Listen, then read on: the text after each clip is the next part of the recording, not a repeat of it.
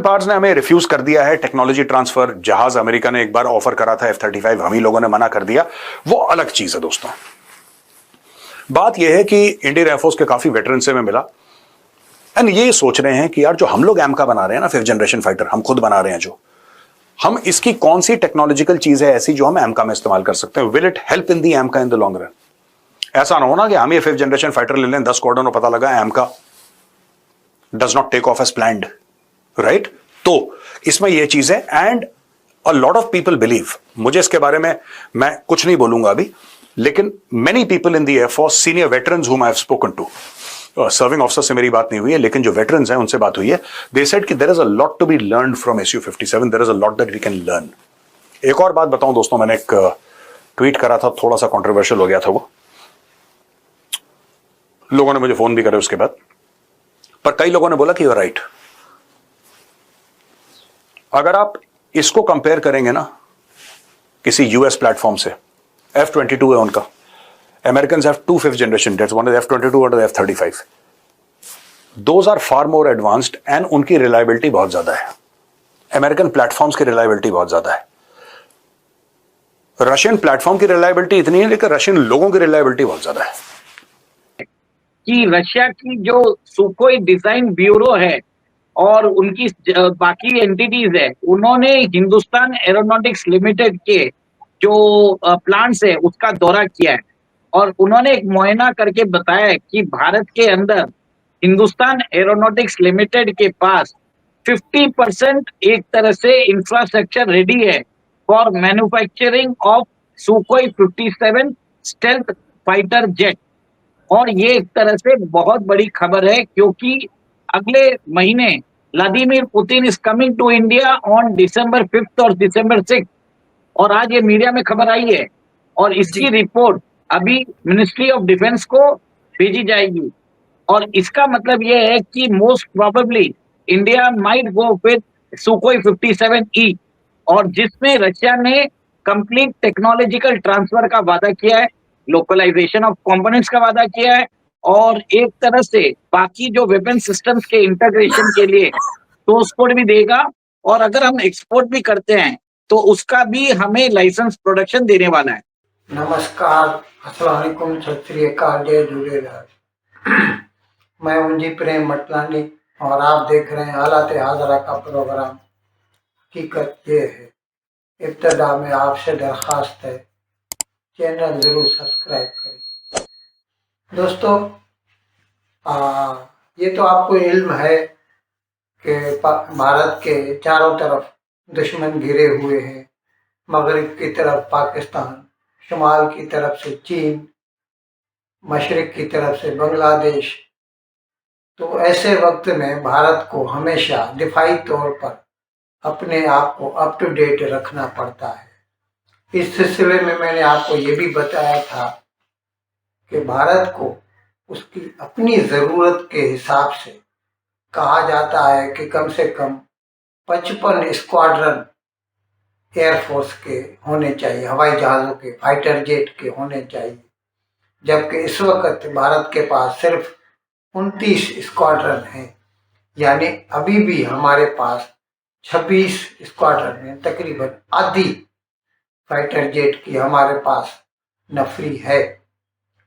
इस सिलसिले में हम अपने तेजस्वी बना रहे हैं, लाइट कम्बैट एयरक्राफ्ट, और एमका एडवांस्ड मीडियम कम्बैट एयरक्राफ्ट जो है वो भी बना रहे हैं। लेकिन तेजस तो खैर बन गया है और उसके इंजन की सप्लाई में मसला था। वो मैंने प्रोग्राम किया था कि जनरल इलेक्ट्रिक अमेरिका की कंपनी, उसकी जो इंजन है F404, उसकी सप्लाई में डिलीवरी होती है, इसकी वजह से उसकी प्रोडक्शन में जो है कमी वाक़ई हुई है। खैर अभी शुरू हो गई है।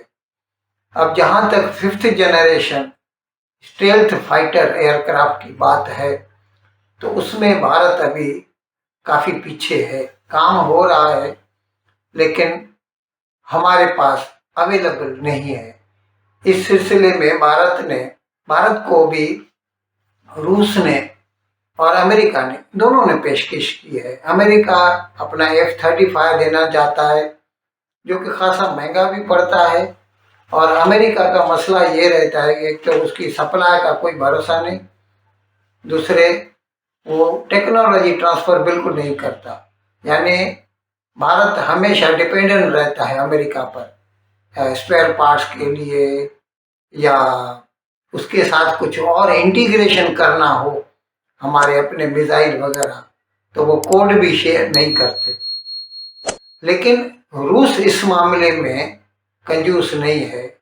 कल भारत में जो रूस का सफीर है डेनिस अलीपोव, उसने एक इंटरव्यू, उसने तास एजेंसी है, रूस की खबर रसा एजेंसी है, उसको इंटरव्यू देते हुए उसने बताया कि रूस ने भारत को पेशकश की है और बातचीत हो रही है इस सिलसिले में कि रूस का जो Su-57 या Su-57 कह दीजिए, सुखोई कंपनी का है, वो 5th generation stealth fighter jet है, वो भारत में बनाने की रूस ने पेशकश की है।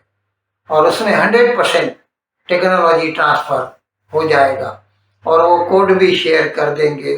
भारत उसको चाहे तो अपने हिसाब से मॉडिफाई भी कर सकता है। अब भारत को जरूरत तो है 5th जनरेशन एयरक्राफ्ट की, लेकिन है नहीं हमारे पास। अच्छा, ये मैंने आपको बताया, वैसे अमेरिका ने भी पेशकश की है, लेकिन ये Su-57 जो है ना, एक तो सस्ता पड़ता है, मेरे ख्याल में कुछ अभी दुबई में एयर शो अभी ताज़ा मुकम्मल हुआ है, वहाँ पर इसने बताया था कुछ $35 मिलियन, यानी यूं कह दीजिए कि तकरीबन 325 करोड़ रुपए का भारत को एक जहाज पड़ जाएगा। और वैसे वो जो F-35 है वो तो इससे बहुत महंगा है। तो अगर भारत में बनाएंगे तो वो पैसा भी फिर भारत में रहेगा और सिर्फ चंद चीज़ें जो हैं रूस से इंपोर्ट करनी पड़ेंगी। अभी दिसंबर के महीने में रूस का सदर व्लादिमीर पुतिन जो है वो यहाँ पर सरकारी दौरे पर आ रहा है। तो सालाना मीटिंग होती है हेड्स ऑफ गवर्नमेंट की, यानी मोदी और पुतिन की सालाना मीटिंग होती है। पूरे साल में कितनी तरक्की हुई हमारे ताल्लुकात में, उस पर गौर व फिक्र होता है। तो ये दिसंबर में पुतिन यहाँ आ रहे हैं। हो सकता है, हमें ऐसा लगता है कि इस बारे में भारत कोई ना कोई फैसला कर सकता है और उसके इस दौरे के दरमियान इसका ऐलान हो सकता है। वैसे रूसी सफीर ने तो यहाँ तक कहा कि भारत जो अपना एमका बनाना चाहता है वो भी इसके प्लेटफॉर्म पर बना सकता है। यानी वो भारत अपना जहाज उसका उसका जो इंजन है ना वो भी भारत में बन सकता है। और बन रहा है अभी भी। क्या है, Su-30 जो है वो नासिक में बना रहे हैं इस वक्त भी, सुखोई 30। तो बहुत थोड़ा फर्क है और इसको अपग्रेड करने में भारत को इतनी तकलीफ नहीं होगी। तो इस सिलसिले में मैंने अर्ज किया कि रूस ने तो अपनी पेशकश कर दी है, अब दोनों ममालिक इस बात पर गौर व फिक्र कर रहे हैं और इंशाल्लाह हो सकता है कि आइंदा महीने जब पुतिन और मोदी की मुलाकात हो इस बारे में कोई फैसला हो जाए और इसका ऐलान भी हो जाए। Inherently, a helicopter is an unstable platform. Inherently, the helicopter is an unstable platform. When I say unstable, I'm not saying it is unsafe. मैं सिर्फ ये कह रहा हूँ कि हेलीकॉप्टर्स में काफी सारी थोड़ी सी हवा चल गई या कुछ हो गया, inclement weather है, तो generally helicopter pilots will say, yeah, let's relax, let's not fly. It's dangerous. ठीक है ना। यहां पे ये जो सिस्टम है जर्मनी जो 100% ट्रांसफर ऑफ टेक्नोलॉजी कर रहा है, ये दोस्तों इसलिए इंपॉर्टेंट है क्योंकि इसके थ्रू फिर अगर जैसे पावर लाइंस हैं, कोई भी ऐसी चीज है जिसमें कि सामने से ऑब्स्टिकल बन सकता है हेलीकॉप्टर के, कभी कभी नहीं दिखता है, कभी कभी you are flying in low visibility, you are flying in almost, you are flying blind, कई सारी ऐसी ऑपरेशनल रिक्वायरमेंट्स आ जाती हैं। उस समय ये जो सिस्टम है आपको बताएगा पावर लाइंस हैं, एरियल केबलवेज हैं, पाइलन्स हैं and towers during low-level flight, hazards that often pose serious risks. Sources added, because of this, helicopter accidents during low-level flights have been a matter of concern for both civil and military choppers. तो ये जब आ जाएगा ना और ये HAL इसको manufacture करेगा, integrate और सप्लाई करेगा। तो ये जब आ जाएगा तो लो लेवल फ्लाइंग पे, जब जमीन के आसपास आप फ्लाई कर रहे हैं ना, पावर केबल्स हैं, बिल्डिंग्स हैं, तो इसमें एक्सीडेंट्स बहुत कम हो जाएंगे, खासतौर से मिलिट्री हेलीकॉप्टर्स में। Is very good and Germany has said we will do 100% transfer of technology. आप बनाओ इसको। और इसी के अंदर आप ये देखिए कि हमारे पास नासिक के अंदर हमने सुकोई 30 है, वो ईयर 2000 में हमने रशिया से करार किया था।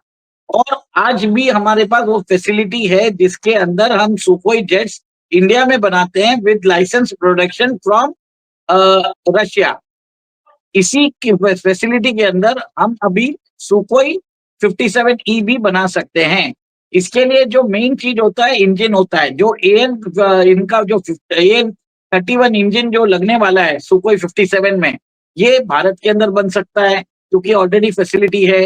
फिर बाद में इलेक्ट्रॉनिक वॉरफेयर सूट के लिए भी अलग से जो फैसिलिटी है वो सेम का सेम वॉर सूट इसके अंदर भी लगने वाला है। बस भारत को कुछ एरियाज में इन्वेस्टमेंट करने की जरूरत रहेगी, जैसे कोटिंग के अंदर एयर और जो मेटालिक एलॉयज है, कॉम्पोजिट एलॉयज है, उसको बनाने के लिए हमें कुछ ना कुछ उसमें मतलब नई फैसिलिटीज देखनी पड़ेगी। तो कहीं ना कहीं आप ये देखिए कि भारत जो है एक तरह से डिसाइड कर चुका है कि वो कुछ क्वांटिटी में सुकोई 57E लेने वाला है। इससे पहले भारत ने 5th जनरेशन फाइटर एयरक्राफ्ट के लिए रशिया के साथ करार किया था, पिछले 10 साल पहले करार किया था। और ये करार हमने 2018 में इसको रद्द भी कर दिया था, जब रशिया ने 2018 में हमें टेक्नोलॉजी देने का जो वादा किया था वो उन्होंने रद्द कर दिया था। तो भारत ने अपने आप को उस प्रोग्राम से अलग कर दिया। भारत ने उस प्रोग्राम में $300 मिलियन भी अब लगाए थे। अंबर जी, सबसे बड़ी बात यह है कि भारत ने अभी देख लिया है कि उसको अपनी रिक्वायरमेंट्स, अपनी शर्तों पे, अपनी जरूरत के हिसाब से वो लेने वाला है ये फाइटर जेट। और यहाँ पर सुकोई 57 जो है, एक तरह से बताया जाता है कि ये आधे दाम में आने वाला है।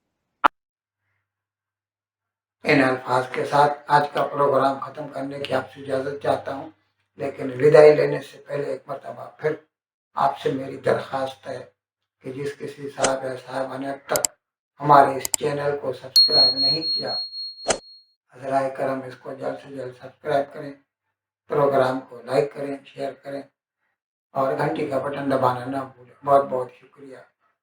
खुदा हाफिज़।